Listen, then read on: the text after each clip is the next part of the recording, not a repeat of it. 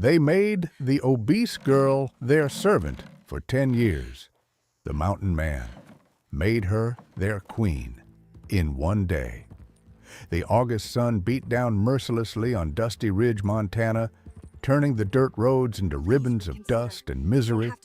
It was 1874, and the frontier town operated under its own brutal logic, a place where the strong crushed the weak, where the law was whatever the loudest gun said it was, and where a girl named Ella Mae Carter had learned that hope was a luxury she couldn't afford.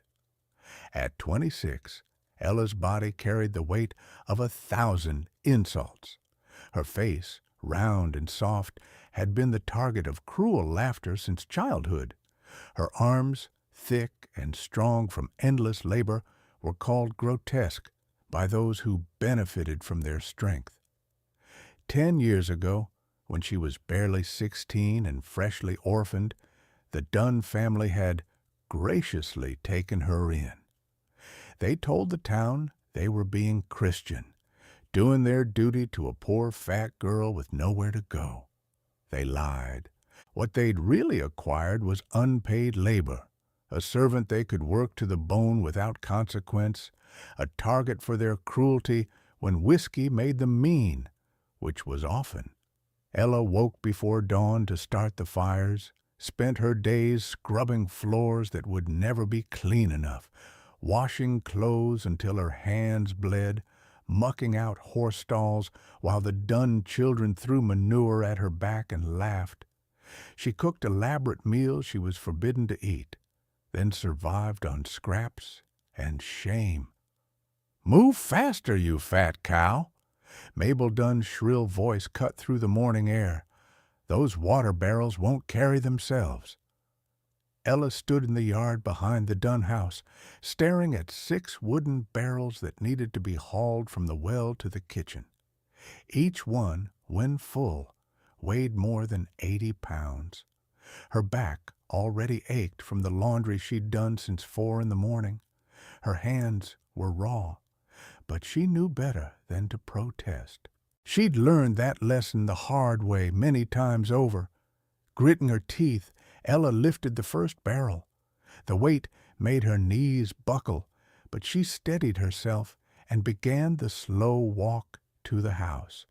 1 down, 5 to go. Behind her, she could hear Mabel and her daughters, Prudence and Charity, laughing on the porch. "Look at her waddle," Prudence said, "like a pregnant sow." "Except no man would ever touch something that disgusting," Charity added, and they dissolved into giggles. Ella's eyes burned, but she refused to cry. Not anymore. She'd cried herself dry years ago. Now she just existed, moving through her days like a ghost, waiting for nothing because there was nothing to wait for. On her 4th trip, disaster struck. Her foot caught on a rock she hadn't seen through her exhaustion-blurred vision. The barrel slipped from her grasp, crashed to the ground, and split open. Water flooded the dirt, turning it to mud. For one horrible moment, Ella stood frozen, staring at the destruction, knowing what came next. "You useless, clumsy pig!" Josiah Dunn's bellow preceded him into the yard. He was a thick-necked man with a perpetual sneer in fists he used liberally. "Do you know how long it took me to make those barrels?" "I'm sorry, Ella began, but his backhand across her face cut off her words. She fell into the mud, tasting copper. The world tilted. "Get up!" he snarled, grabbing her by her hair and dragging her toward the street. "Maybe if the whole town sees what happens to lazy servants, you'll learn your lesson." He pulled her into Main Street, where a small crowd had begun to gather. This wasn't the first time the Dunns had made a public spectacle of Ella's failures, and the townspeople had learned to watch like it was entertainment. "Look at this," Josiah announced, shoving Ella to her knees in the dirt. 10 years we've fed this creature, clothed her, given her a roof, And this is how she repays us, breaking my property, wasting precious water. Please, Ella whispered, though she didn't know what she was begging for anymore. Mercy? Death? Both seemed equally impossible. Josiah raised his hand again. That's enough. The voice was deep, quiet, and somehow more commanding than Josiah's roar. The entire street fell silent. Ella looked up through the curtain of her tangled hair and saw him. He stood at least 6'4", broad as an oak tree, with silver-streaked hair and a beard that gave him the appearance of something ancient and untamed. His clothes were made of buckskin and fur, and he carried himself with the absolute stillness of a predator. Everyone in Dusty Ridge knew of Silas Bear McGregor, the mountain man who lived alone on Granite Peak, but few had ever spoken to him. He came to town perhaps 3 times a year, bought what he needed, and left without conversation. Now his gray eyes, cold as winter stone, fixed on Josiah Dunn. I said that's enough, Silas repeated. Josiah's face flushed red. This ain't your concern, McGregor. The girl's mine. I'll discipline her how I see fit. Yours? Silas took a step forward. Despite being in his 50s, he moved like violence contained in human form. She a person or property to you?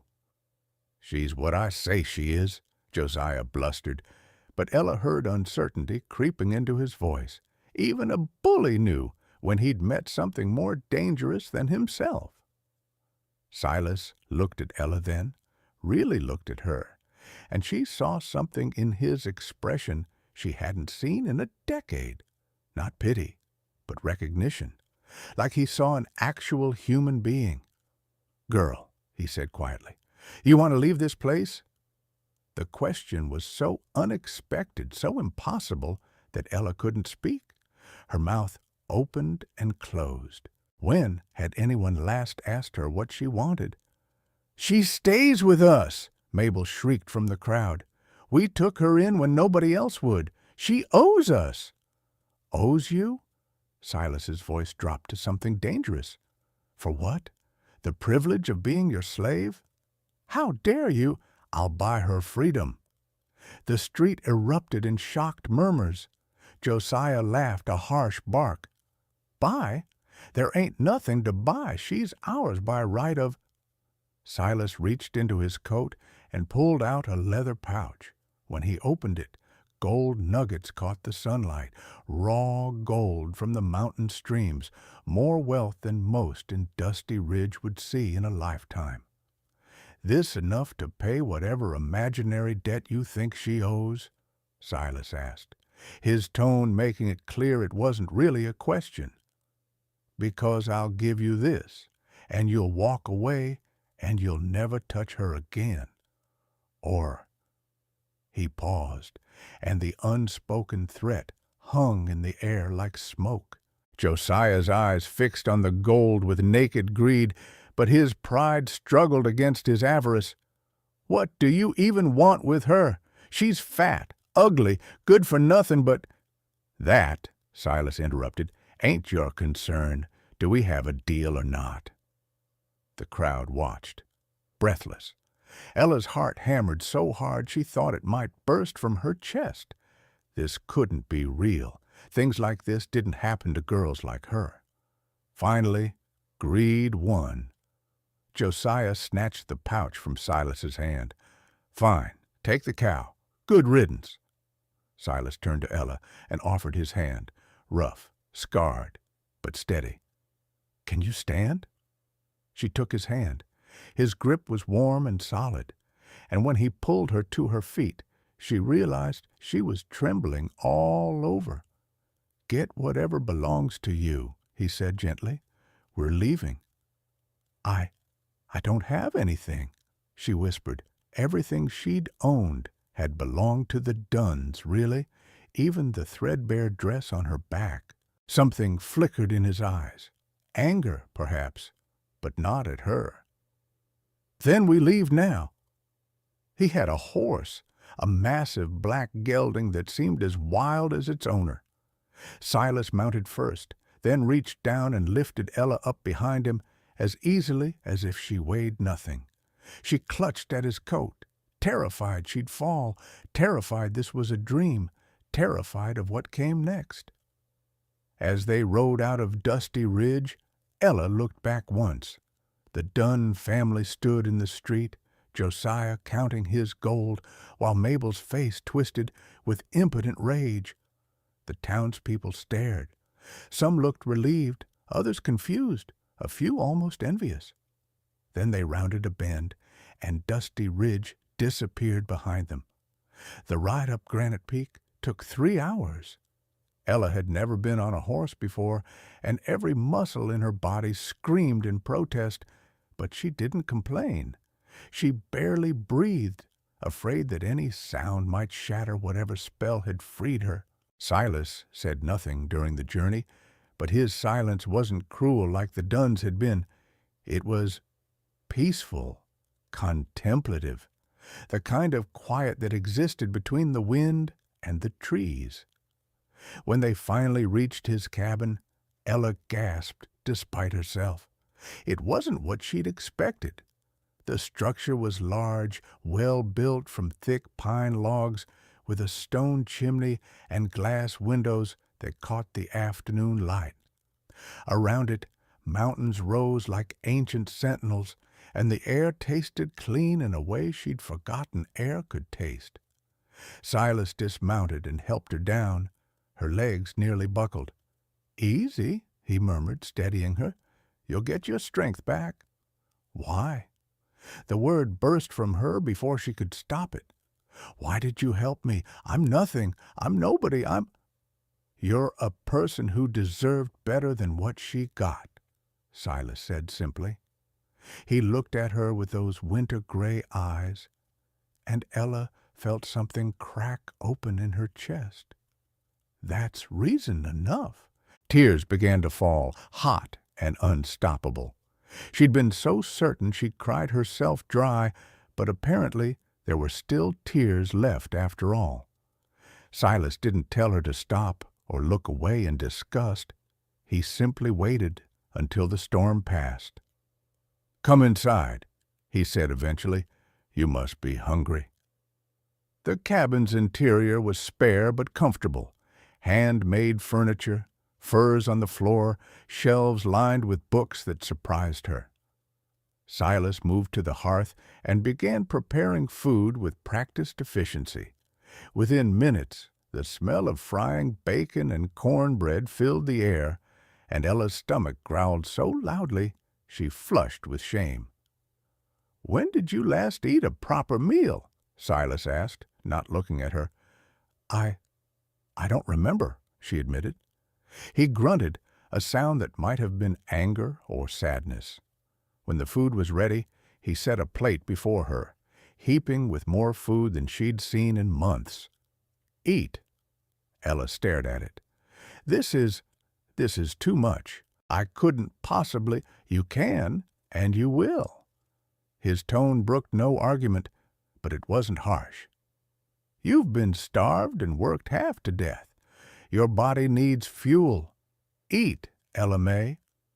The sound of her name in his voice, spoken with respect rather than contempt, made her eyes burn again. She picked up the fork with shaking hands and took a bite. The food was simple, but it tasted like heaven.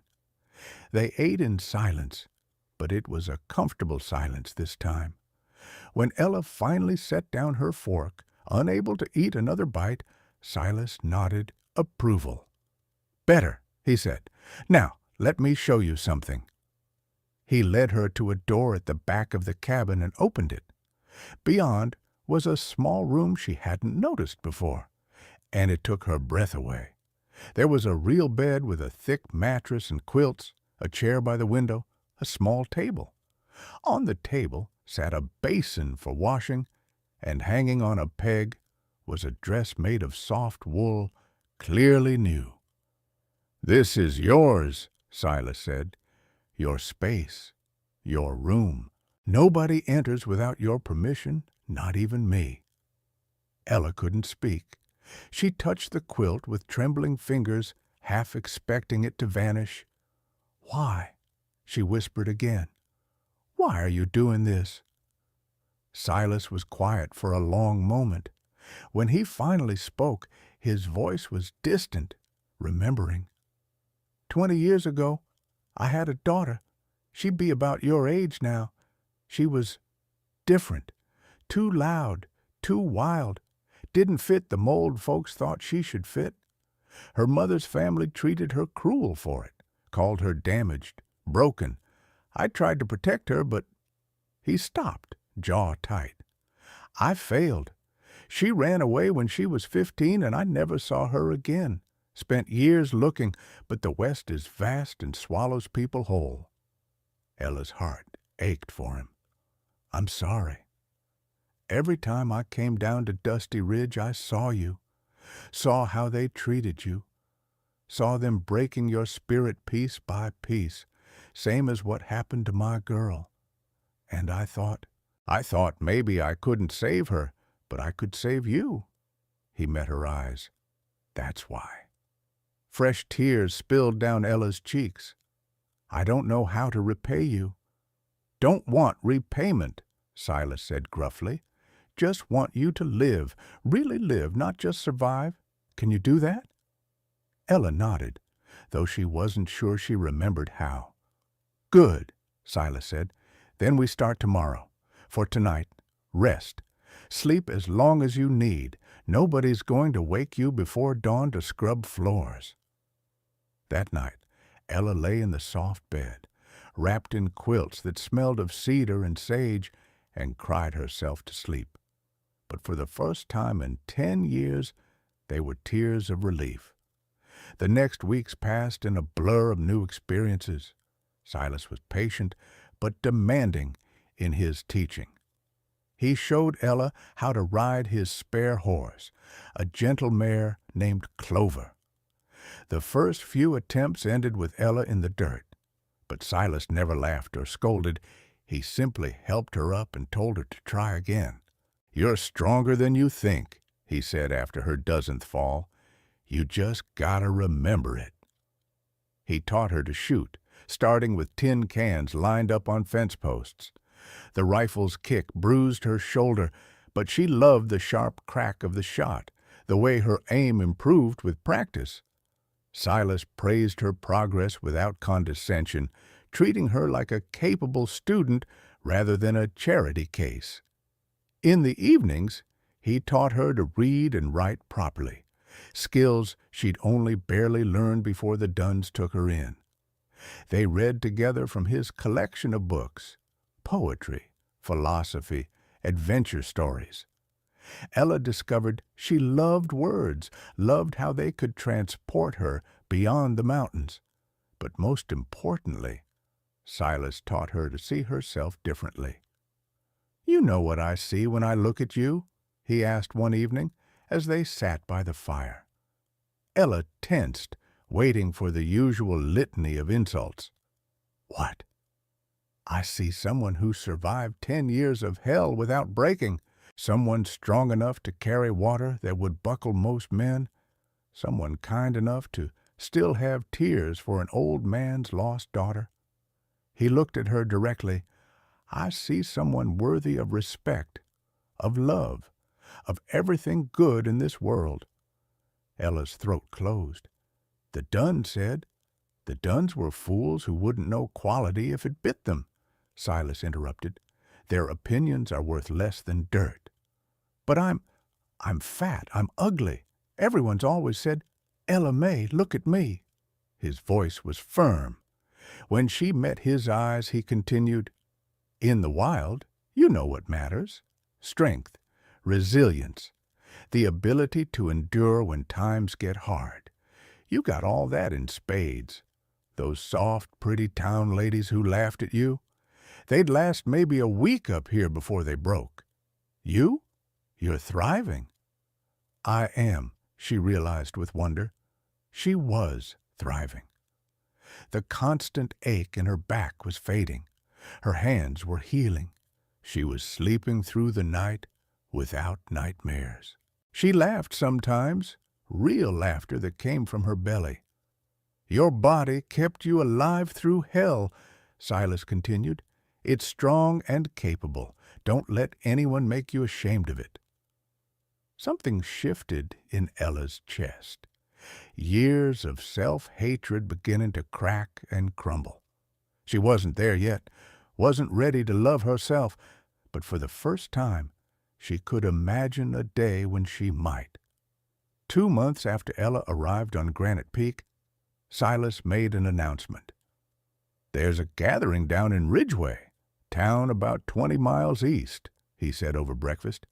Happens once a year. Dancing, music, trading. Thought maybe you'd like to go. Ella's stomach clenched with anxiety. I'm not good with people. You're good with me, Silas pointed out. And it's time you saw that the world's got more in it than the duns and Dusty Ridge. Good people exist, Ella. You deserve to meet some. She wanted to refuse, but the hope in his eyes stopped her. He was trying so hard to give her a life. The least she could do was try to live it. Okay, she whispered. I'll go. The day of the gathering, Silas surprised her with a dress. Deep green wool that brought out the color of her eyes, well made and flattering. Ordered it from a seamstress in Ridgeway, he said gruffly when she stared at it in shock. Thought you might like something nice. Ella had never owned anything so beautiful. When she put it on, she barely recognized her reflection. She'd gained healthy weight since arriving on the mountain. Her cheeks had color now. Her eyes sparkled with life instead of despair. She looked almost pretty. The thought made her dizzy. The gathering was overwhelming at first. So many people, so much noise. But Silas stayed close, a solid presence at her side, and gradually Ella relaxed. People here didn't know her history, didn't know she was supposed to be the object of ridicule. Some even smiled at her. A few women complimented her dress. Then she saw them. The Dunns had come to Ridgeway, too. Josiah, Mabel, Prudence, and Charity stood near the trading stalls, and when Mabel's eyes landed on Ella, they narrowed with venom. Well, well, Mabel said loudly enough to draw attention, if it isn't our former servant. Surprised you're still alive, honestly. Thought you'd have eaten yourself to death by now. The crowd around them quieted. Ella felt her face burn, all the old shame rushing back. She wanted to run, to hide, to disappear. But Silas stepped forward, positioning himself slightly in front of her. Mrs. Dunn, he said, voice calm but edged with steel. Didn't expect to see you here. We go where we please, Mabel sniffed. Unlike some people, we don't hide in the mountains, though I suppose when you're harboring a pig, you'd want to keep it out of sight. Laughter from the Dunn daughters. A few people in the crowd shifted uncomfortably, but no one spoke up. Ella felt Silas tense, but before he could respond, something broke open inside her. 10 years of swallowed rage, of accepted abuse, of believing she deserved the cruelty. It all came roaring up. I'm not a pig, she heard herself say. Her voice shook, but it was loud. I'm not a cow, or a servant, or property. I'm a person. My name is Ella Mae Carter, and I'm a person. The crowd was dead silent now. You starved me, Ella continued, gaining strength. You beat me. You worked me until I bled, and then laughed about it. You treated me worse than your animals. And you know what? That says everything about who you are and nothing about who I am. Mabel's face turned purple. How dare you? I dare because I'm free now, Ella said, because someone finally showed me that I matter, that I deserve kindness, that I deserve a life. She looked at Silas, her voice softening. He made me remember I'm human.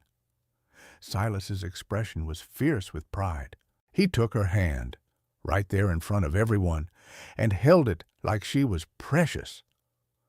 On Dusty Ridge, you people treated her like a slave, he said, addressing the whole crowd now. On Granite Peak, she's a queen, my queen, and if anyone here has a problem with that, they can take it up with me. The challenge was clear. Nobody moved, except Josiah Dunn, who'd been drinking. You can't just steal people's property, he snarled. I got rights. You got paid, Silas reminded him coldly. More gold than you deserved. Now walk away before this gets ugly. But Josiah was drunk and stupid. He reached for Ella, grabbing at her arm. She's coming back with... He didn't finish the sentence. Silas's fist connected with Josiah's jaw with a crack that echoed across the gathering. The man went down hard and didn't get up. Mabel shrieked. Prudence and Charity scrambled to their father's side. The crowd pressed back, giving them space. Silas stood over Josiah's prone form, breathing hard. Touch her again, and next time I won't stop at one punch. We clear? Josiah groaned something that might have been agreement. Silas turned to Ella, his expression shifting from violence to tenderness in an instant. You ready to go home? Home. The word settled into her chest like a warm stone. Yes. They walked through the silent crowd to where their horses waited. As they mounted and rode away, Ella heard the whispers starting, but she didn't care anymore. Let them talk. She was going home.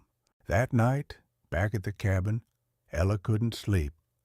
She found Silas sitting on the porch, smoking his pipe and looking out at the mountains silvered by moonlight. Can't sleep either? He asked as she joined him. Too much excitement, she admitted. Then, after a pause, thank you for defending me, for everything. Don't need thanks for doing what's right. But it is rare, Ella said. What you've done for me, giving me a home, teaching me, believing in me, most people wouldn't. Most people have just looked away. Silas was quiet for a moment. I told you about my daughter. What I didn't say was that I looked away too for too long. Told myself her mother's family knew best, that I was just a rough old man who didn't understand feminine matters. His voice turned bitter. By the time I realized how bad it was, she was gone. I don't get to fix that mistake, but maybe I can keep others from making it. You saved my life, Ella said simply. Not just from the Dunns, from myself. I'd forgotten I was worth saving. You always were. He looked at her then, and in the moonlight his eyes were soft. Ella May, I need to tell you something. Her heart stuttered. What? When I brought you up here, my intention was pure. Give you a safe place, teach you some skills, help you find your feet. Then maybe eventually help you start your own life, wherever you wanted. He paused, struggling with words. But somewhere along the way that changed. Changed how? Ella whispered. I started looking forward to teaching you. Started smiling at your questions, at your laughter, at the way you look when you're concentrating on your reading. Started thinking that this cabin felt more like a home with you in it than it ever did when I was alone. He met her eyes.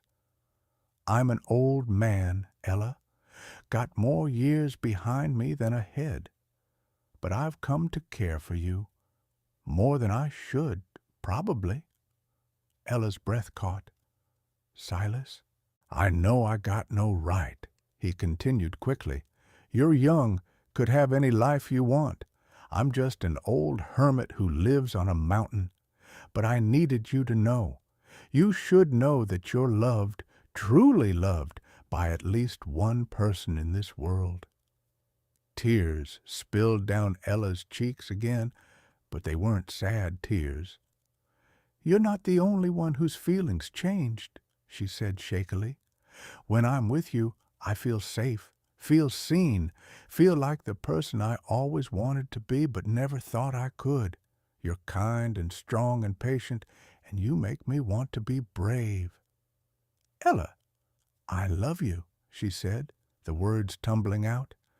"I know you probably see me as a charity case or like a daughter, but I—" He kissed her. It was gentle, tentative, asking rather than demanding. Ella melted into it, her hands finding his shoulders, his arms wrapping around her like she was something precious. When they finally pulled apart, both were breathing hard. "Does that feel like I see you as a charity case?" Silas asked roughly. "Or like a daughter?" Ella laughed, giddy and disbelieving. "No." "Good. Because I see you as a woman, a strong, beautiful woman who's been through hell and come out the other side with her kindness intact. A woman I'd be honored to have as my partner, my equal, your queen," Ella supplied, remembering what he'd said at the gathering. "My queen," he agreed, pulling her close. "If you'll have an old bear like me—" "I will," Ella said, and meant it with every fiber of her being. "I absolutely will." They sat together on the porch, wrapped in each other's arms, watching the stars wheel overhead. For the first time in her life, Ella felt complete, whole, loved. But the peace didn't last. 3 days later, Ella was alone at the cabin. Silas had ridden down to check his trap lines when she heard horses approaching. Her first thought was that Silas had returned early. But as she stepped onto the porch, her blood turned to ice. Josiah Dunn led a group of 5 men up the mountain path. All were armed.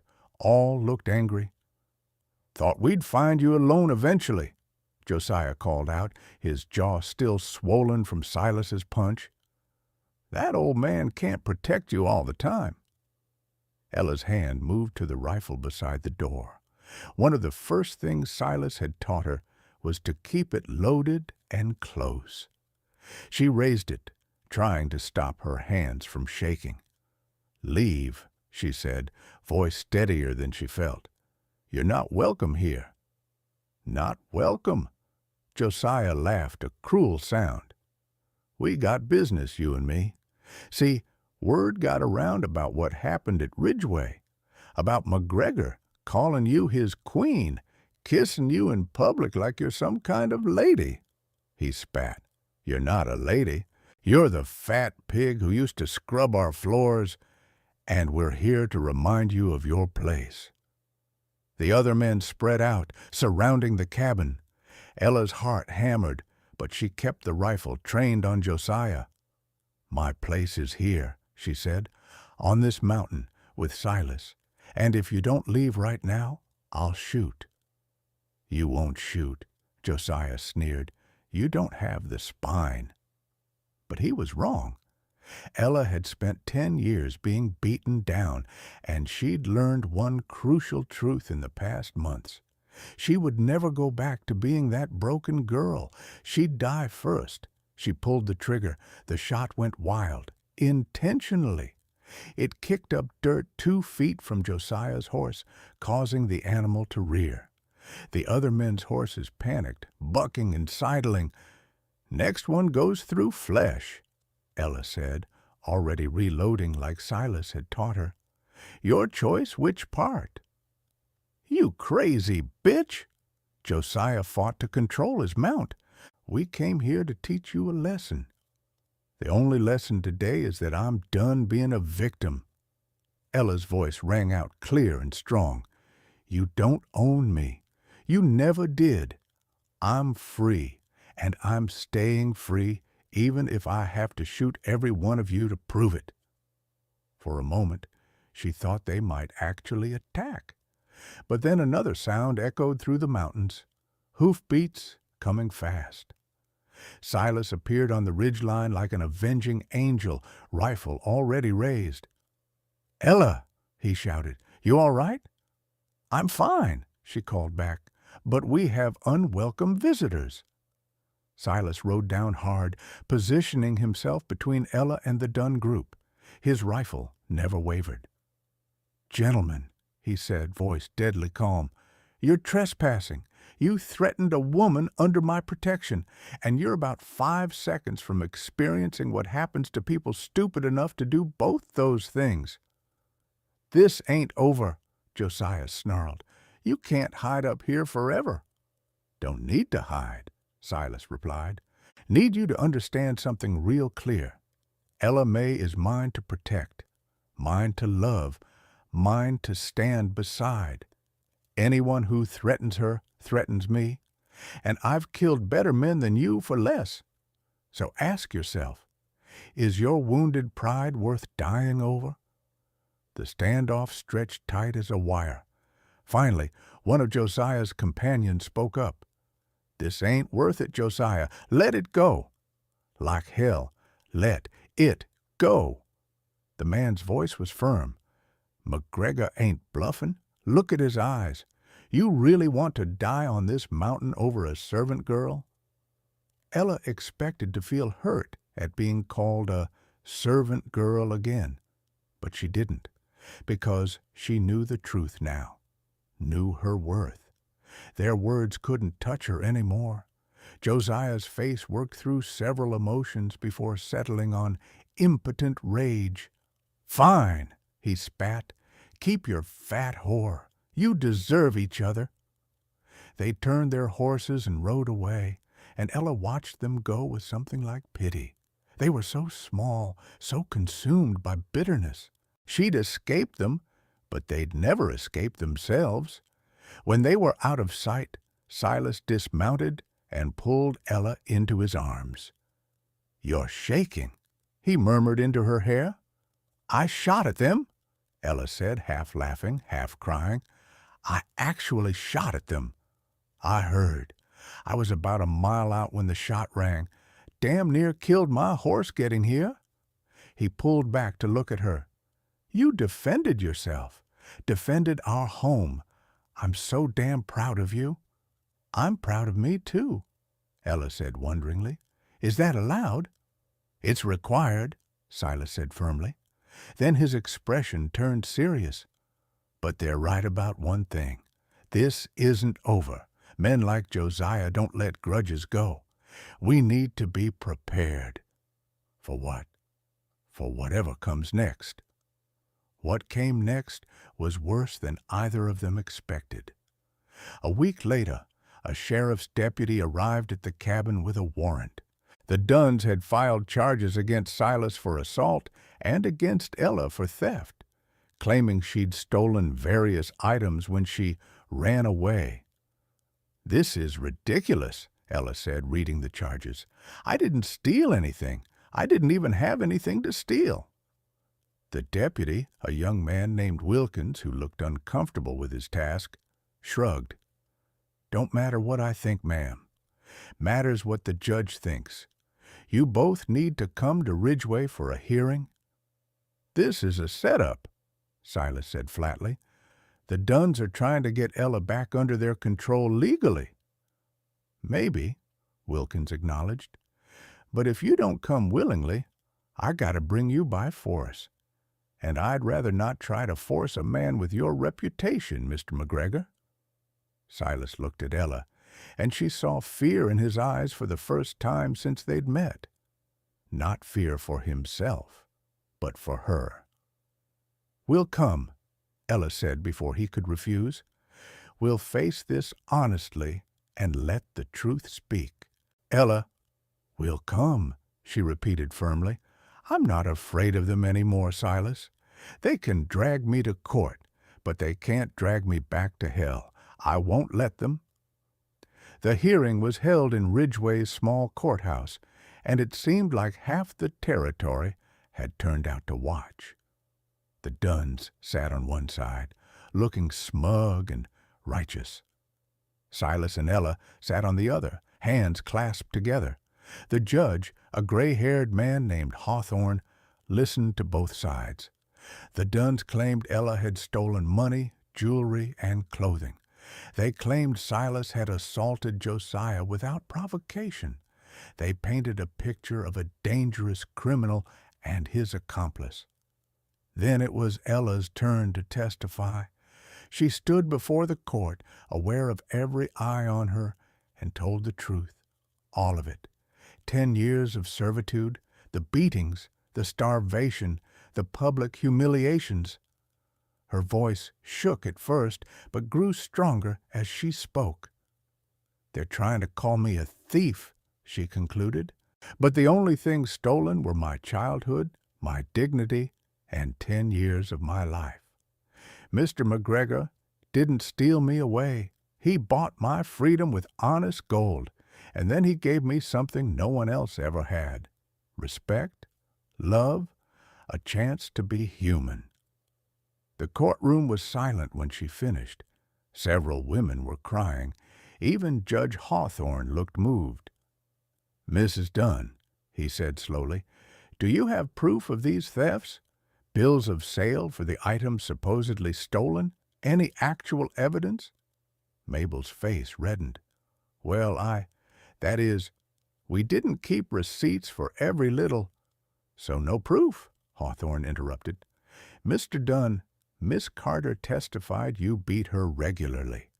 Anyone here witness that?" Several hands went up in the audience, surprising everyone. People from Dusty Ridge who'd seen the abuse but never spoken up before. Now, perhaps emboldened by Ella's courage, they found their voices. "I seen him hit her more than once," an old woman testified. "Felt ashamed I never stopped it. They worked her like a mule," a shopkeeper added. "Everyone knew, but the Dunns had money and influence. We looked away." The testimonies piled up, each one driving another nail into the Dunns' case. By the end, their faces had gone from smug to panicked. Judge Hawthorne banged his gavel. "I've heard enough. The theft charges are dismissed for lack of evidence. The assault charge is also dismissed. I rule it justified defense of another. Furthermore, I'm ordering that the gold Mr. McGregor paid to the Dunn family be recognized as official compensation for services rendered by Miss Carter during her time in their household. She owes them nothing. They owe her an apology they'll likely never give." He fixed the Dunns with a hard stare.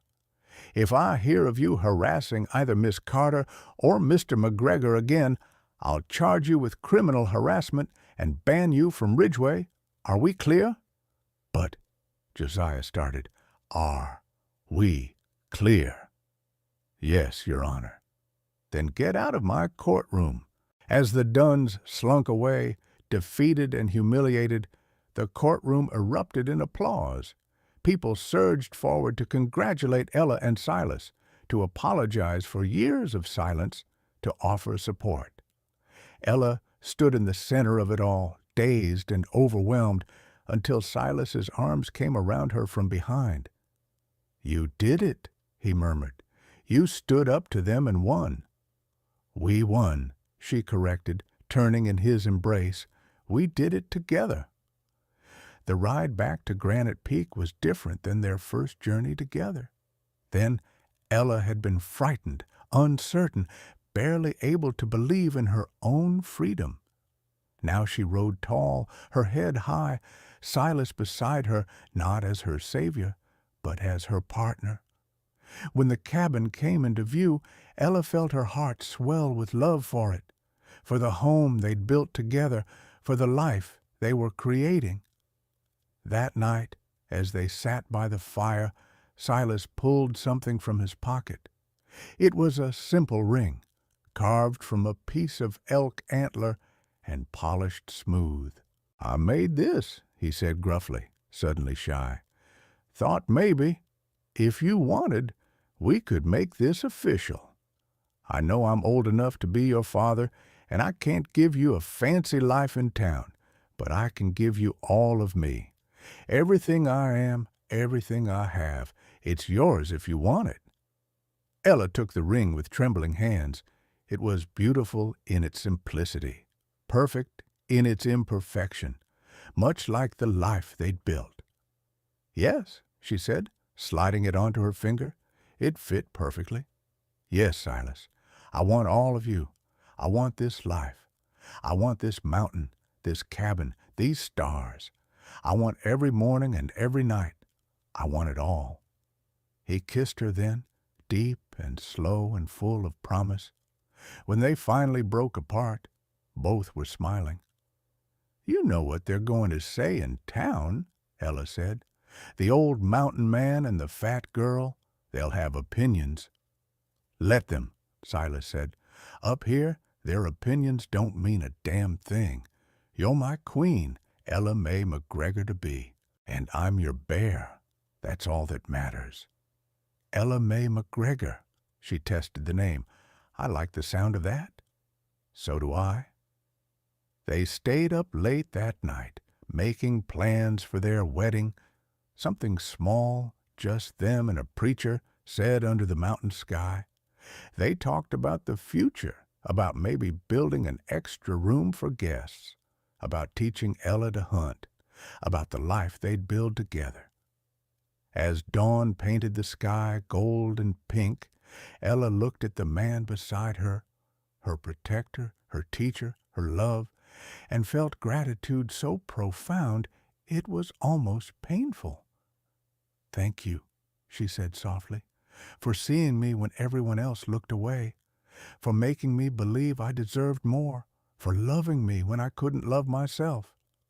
"Thank you," Silas replied, "for reminding this old bear that his heart still works, that he can still protect something precious, that he's not too old or too broken to love." They held each other as the sun rose, two unlikely souls who'd found each other in the vast wilderness of the frontier.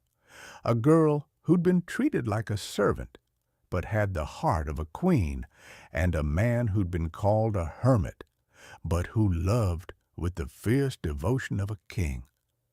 10 years Ella had served the Dunns in misery and chains. One day, one single day, Silas had changed everything, had seen her worth, and declared it to the world, and now every day after was theirs to write together. High on Granite Peak, where the air was thin and the stars felt close enough to touch, where the world's cruelty couldn't reach, they built their kingdom, not of gold or land or power, but of respect, partnership, and love. And Ella May Carter, servant no more, queen of her own destiny, finally came home.